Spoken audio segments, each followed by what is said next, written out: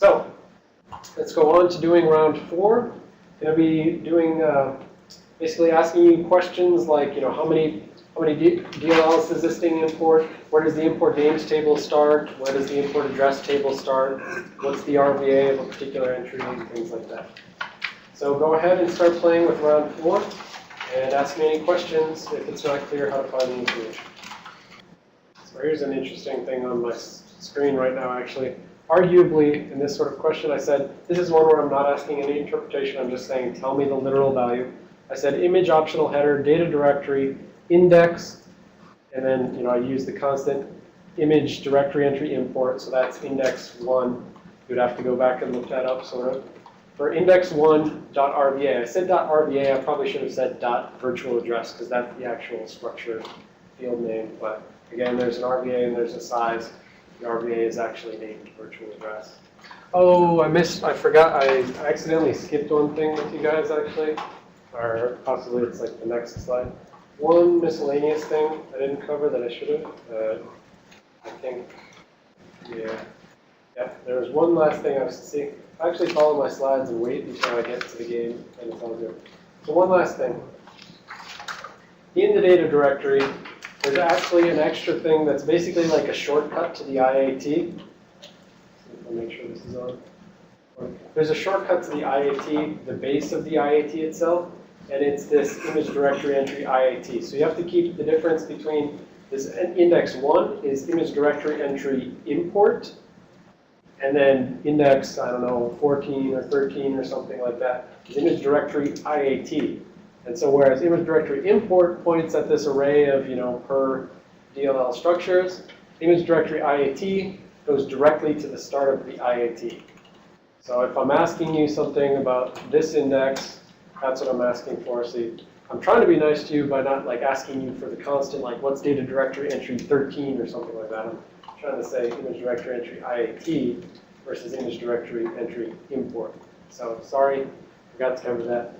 Now I'll get your game. Question was, what section is the import directory table in? To find that out, do we look in these section headers?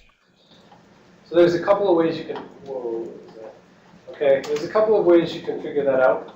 So if it says, what section is a particular thing in, if you can parse it with pview, the simple, easy, one might say cheating way, is just wherever you find that data. So on my screen right now, I have the .rdata section, and you can see that the import directory table is, within the .rdata section. The right way to do it is that you go to, you find the RVAs of interest, and then you figure out, are those RVAs within a particular section? So you look at the section header information, which we learned about in the previous section, right, and say, all right, well, if my optional entry says that the import table is at 2224, right, that's the RVA, I need to say which section contains 2224. I'd look at the .text section, I'd say it goes from RVA 1000 to 1804. So, okay, 2224 is greater than 1804, so it's not in the .text. Move to the RData, it goes from 2000 to 2005D4. All right, 2224 is less than 25D4. Therefore, it's in the .rdata section in this particular case. But yeah. So it can only be in one section. There will only be yes. one. So when we say, what section it's in, it's because, the table is going to be put somewhere in memory. That memory is going to, in some way, be within a section, basically. Because if it wasn't in a section, it would never get mapped from file into memory, basically. All right. Let's go on to the competition. Everybody cancel out your existing Pythons. Run Python BinHunt.py4. Enter 2 for class mode. And await the seed.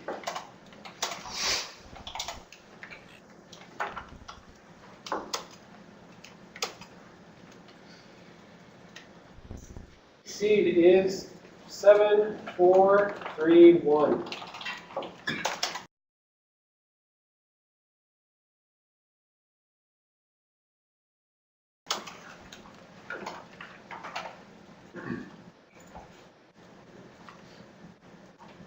There we go. That's the question he was just asking about. How you find that is you have to go to the optional header, the data directory, index 1. You got to say which RVA is it, and you figure out which section it's in. Or you can cheat and go into PView and just find wherever it is, whichever section it happens to be under. CFF Explorer also has a way that kind of tells you where it is as well, but I haven't shown that yet. Yep. Okay, I'm getting this question a lot, so let me go over this one more time. This is the thing I just threw at you quick before we jumped into the game. All right, so in the data directory, the main thing I was talking to you first was the import address directory. Okay. In the data directory, the first thing we were talking about was this, the literal string, image directory entry import, right? This is index 1, so up here, if I ever ask you for image directory entry import, that's index 1 up here. But I said there's actually a shortcut. So this, if you want to get to the IAT from this, you got to go through this directory table, and then you go down to this, and you go down to this, and you move all over the place. There's built in a shortcut directly to the IAT, and that's from the data directory, but it's index 12 down here. So you go from the data directory at index 12, and so if I'm asking you a question about image directory entry IAT, and I know it kind of wraps around your screen on some of these questions, right? And it's kind of hard to see, but the key thing is whether it's IAT, it's down here.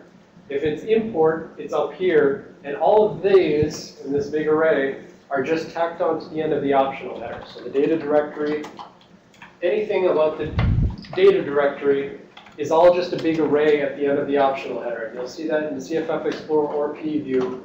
So it's really a question of whether you go to the data directory entry 12 or data directory entry 1 up at the top. And each entry, though, 1 or 12, it's two things. It's an RVA and it's a size. So each of them is a struct with RVA size, but each of those is one index. So 12 from you would be 0. Xeno, are you able to demonstrate how to do that in either of these tools? Sure. Which part did you want shown specifically? How to get to the import entry IAT, for instance? Yes, please. Okay, so in CFF Explorer, you would go to the underneath optional header. CFF Explorer pulls it out independently, so if you go to the bottom of optional headers, you won't see a data directory, but as this indented thing, they've got data directory. Really, it's just tacked on to the end of the optional header, but they're showing it like it's separately. So you need to treat these first two entries like these are the entry 0. So entry 0 RVA, entry 0 size. Then you go to entry 1 RVA, entry 1 size. And so if I'm asking you a question where I'm literally asking for image directory entry import, based on that slide 45 in section 2, that's index 1. So you would just go right here and you'd either pull out the RVA or you'd pull out the size. And I didn't really specify this as well as I perhaps could have, but in CFF Explorer, when you're looking for the values, it's in this value column. Be aware that this offset column, it's really just trying to tell you where that particular data entry is into the file. It's actually a file offset. So it's saying, basically ignore that offset column unless I'm asking you what's the file offset of something. So if I'm asking you for the RVA, you would go and you pull it out of the value column and you throw it in. Now if I was asking you for the image directory entry import IAT, or just image directory entry underscore IAT, that's that index 12, and so that's down here in this thing called import address table directory RVA. So again, it's, they threw their interpretation at it, and that's what they're calling it, and you pull the stuff out of here or there.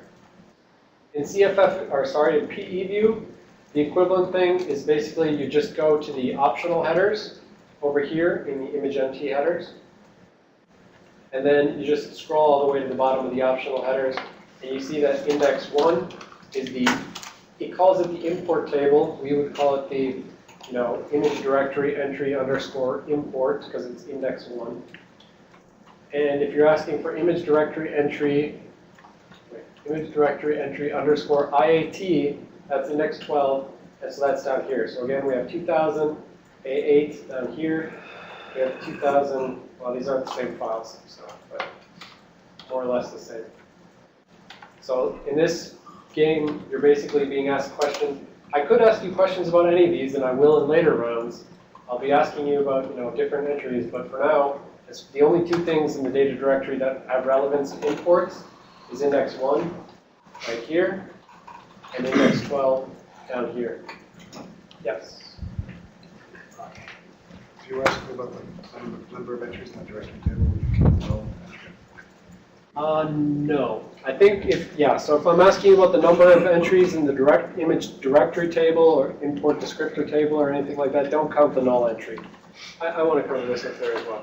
So this is another thing that, is down to ambiguity of the tools, but everybody sort of flip your slides to, we're going to say, slide.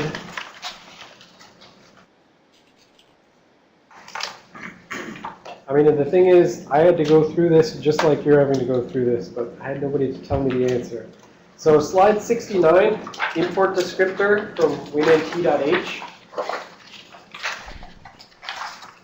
All right, this is the thing where we have 3 blue things, and we say we only care about 3 of them. Right? So on slide 69,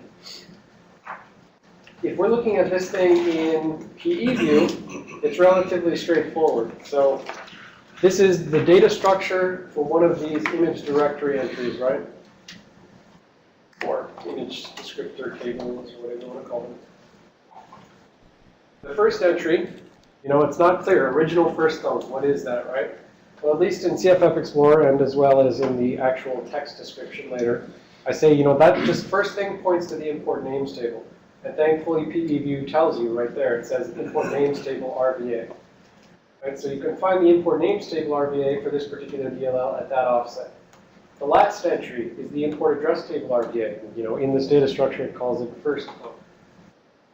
The reason I wanted you to pull these slides up is because this same data structure over in CFF Explorer is kind of a little weirder, right? We've got a horizontal view of this data structure.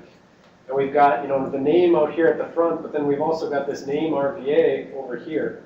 So it's pulling out the name RVA, trying to show that this is the stuff for user 32, this is the stuff for MSVCR. But these columns, okay, and then it adds an extra field that has the imports. It's trying to tell you it's pre-counted the number of imports for you, so you don't have to look it up yourself. But the things that we care about here are this first thing. There's 1, 2, 3, 4, 5. And so let's start from the very end. Well, you can see the IAT is mentioned right up here in this column name. It says FT is IAT. And for the record, I don't know what the FT stand for. That's actually one of my to-do lists, is go ask the guy what the OFT and the FT stand for. But, so we've got a column IAT. Well, this is going to be this first thumb. So we're just taking this and we're rotating it 90 degrees. The last entry up here is first thumb. The second to last entry, name RVA, is name. Third to last, forwarder chain is forwarder chain, right? So this all just maps up with this data structure here. So if I'm asking you about the import names table, that's the first thing. If I'm asking you about the import address table, that's the last thing in that sort of data directory entry. So it's clearer in PE view that import names table is first, import address table is last. But if you happen to be using CFF Explorer, you just kind of have to know, this OFTs, how are you going to know that's the pointer to the import names table? You're not, right? You can maybe know that this FTs, it says IAT, so maybe you can know it, but really it just requires inference, right? What was their interpretation that they applied to this data structure to give you this view? And so that's pretty much it here. So just wanted to cover that with everybody since I've had that come up at least 3 times. Remember, VAs are always just take the base address and add some relative virtual address to it. All right, so I think we got to go on. I know people are still struggling with this a little bit, but that's okay. We can ask more questions after the end of the class today. You'll have plenty of time to continue to play with the game and so forth. If you really are, hammering your head against something and you're not getting it, you have to ask me, right? I said, don't be that guy. So thank you for asking, right?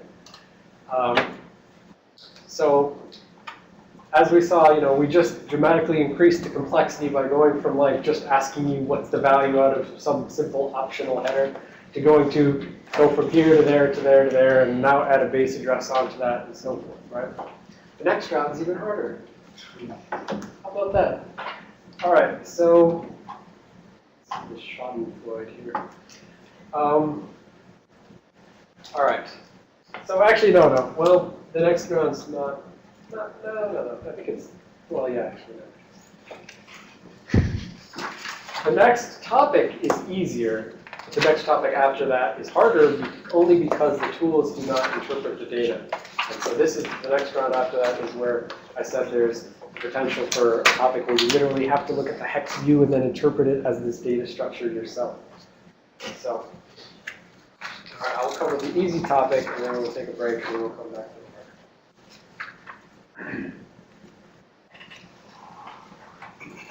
hard. Oh, I see. Okay. Well, I don't have